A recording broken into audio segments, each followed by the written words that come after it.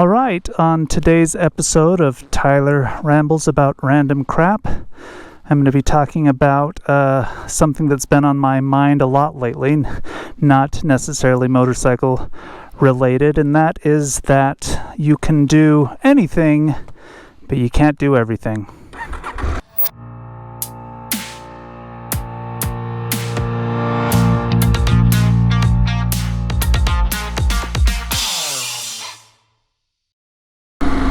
Okay, so I don't know if anybody really follows my channel closely enough to notice that I haven't been posting much lately. But you'll just have to take my word for it. If you don't follow my channel that closely, I haven't been posting much lately. And that is due to a couple of things. The biggest reason is that I got a new job. I have to commute for about an hour, at least an hour each way. I used to work from home. I was self-employed contractor, and so everything I did was very much results driven. Didn't really matter when I did it, so I was free to go out during the nice times of the day if I felt like it and zip around the desert. But now I have a real job again. It's your typical 8 to 5 type of thing, and it's an hour away, so I don't get home till 6:30 sometimes, and so I just haven't been able to get out as much. And the other big reason why I haven't been posting motorcycle videos as much is because I've really been spending a lot of time and effort working on a book that I'm writing, the first ever novel. I'm 50 years old. It's been on my bucket list for, 40 years maybe. I don't know when the first time I thought it would be fun to write a book was, but a long time. And as I've been aging, I have this creeping fear that I'm going to end up getting to the end of my life without ever having written a novel. So that's been a concern of mine for a while. Maybe just because I hit 50, it became more real. Like that's kind of like an age that seems older. Anyway, so I decided to finally stop procrastinating, and I have been spending most of my available free time working on this novel, which has turned out to be way harder than I expected. Throughout my life, I've had different ideas for books. I'm like, it would be cool if X or Y or Z. But what I realized as I've actually been writing a book is that I didn't have any ideas for stories. I only had ideas for premises. And that's the easy part. Come up with a premise. There's a cat that has magical powers that is terrorizing a neighborhood. It's like, that's a premise. That's not the premise of my book. I'm just shooting from the hip. Anyway, coming up with kind of a premise to build a story on is, in my opinion, an easy part. The hard part is actually creating characters that are interesting, creating a beginning and a middle and an end, and making them all tie together, again, in an interesting way. Create conflict, something to give readers to root for or root against. It's all just things that I never really thought about in detail when I'm consuming literature, because it's just happening so naturally. But to actually try and create those same things naturally in a way that feels unique, doesn't feel derivative, it's really hard. And I don't mean to imply that I'm doing it super well. It very much feels like the first time I ran a marathon, where I definitely didn't have any aspirations of winning the marathon. I just wanted to finish the marathon. That was my big goal. And so for this novel, my big goal is to actually finish it. Obviously it would be nice if it's engaging, if other people like it. All that kind of stuff would be frosting on top of the cake, which is actually finishing a book. Because there's always been this question mark in my mind, this doubt about whether I even have the ability to write a book, good or bad.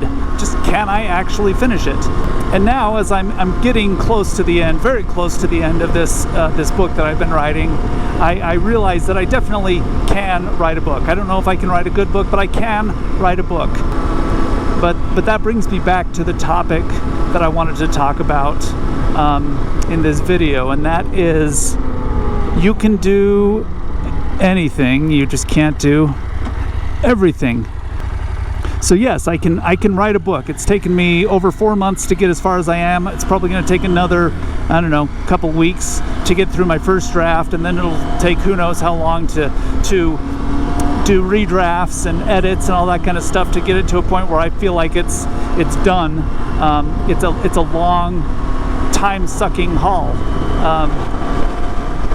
And so, but yes, I can do it, but I can't do everything. And so for me, writing this book has come at the expense of course, making YouTube videos. I still get out on my bike when I can, but just, obviously it takes more effort to create a video while riding a bike and to then, pull down the footage, edit it, post it, all that kind of stuff.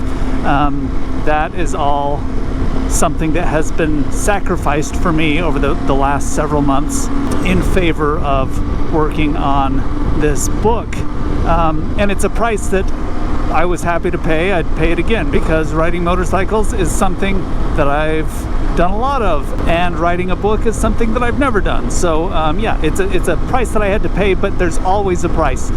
And even in the context of just riding a motorcycle, this idea of being able to do anything but not everything has come into play, because I have a few motorcycles. I've got this KTM that I've been spending most of my time on, just because, again, the type of riding that I have time for now is a lot less technical. I tend to go out on the road more. I tend to stay on these maintained dirt roads more.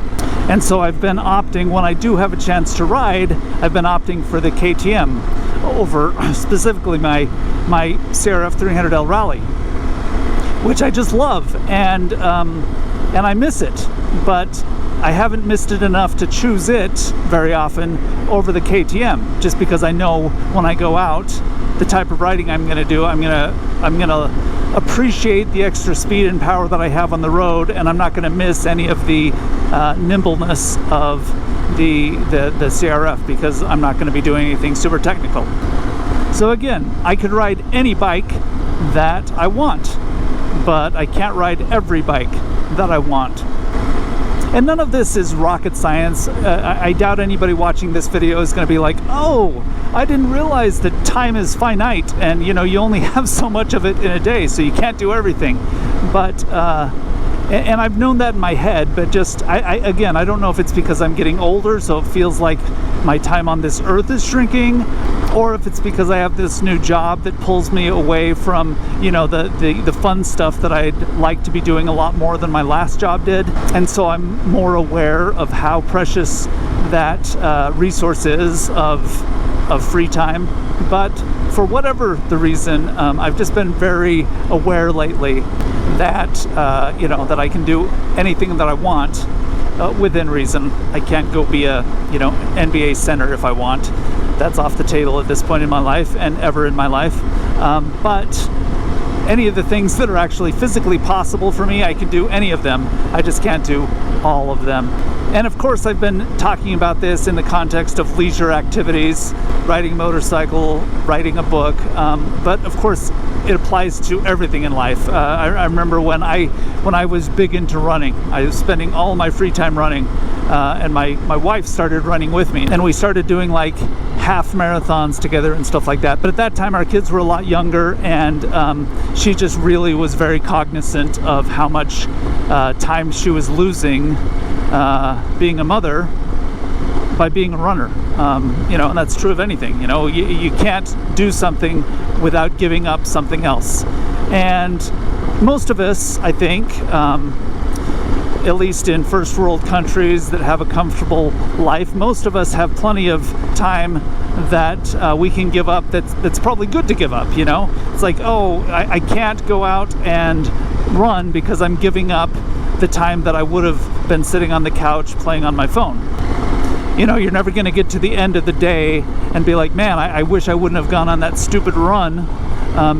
I should have spent more time on the couch flipping through TikTok or whatever it is that you flip through on your phone. But if you get to the point where there's not a lot of sitting on the couch flipping through your phone time, you start digging into things that actually are important to you, and you have to prioritize and decide what is most important. And once again, I feel like I'm preaching to people who don't understand basic physics, and I'm sure that's not the case. But as with all of these videos, I'm just talking about random crap that's on my mind. And for me, it's been increasingly important to decide what the few things that I can do are going to be, and to make sure the things that I'm giving up, I'm aware that I'm giving them up, and I'm doing it on purpose for a reason. So yeah, that's my super long-winded explanation of why I haven't been posting very many motorcycle videos lately. It's my long explanation of why you haven't seen much content on any other motorcycle than this particular motorcycle lately. In my roundabout way, it's my explanation of why I haven't been running for the past, well, since I started riding motorcycles, and so why I've been having trouble staying on top of my weight like I'd like to. All these things that, you know, everything's a trade-off at some point. So I hope that that's been maybe a little bit insightful. If not, then I hope at least the scenery has been nice, and that you've been able to vicariously enjoy a little bike ride with me today. As always, I appreciate you watching my videos. Subscribe to my channel if you feel like it, and ride safe.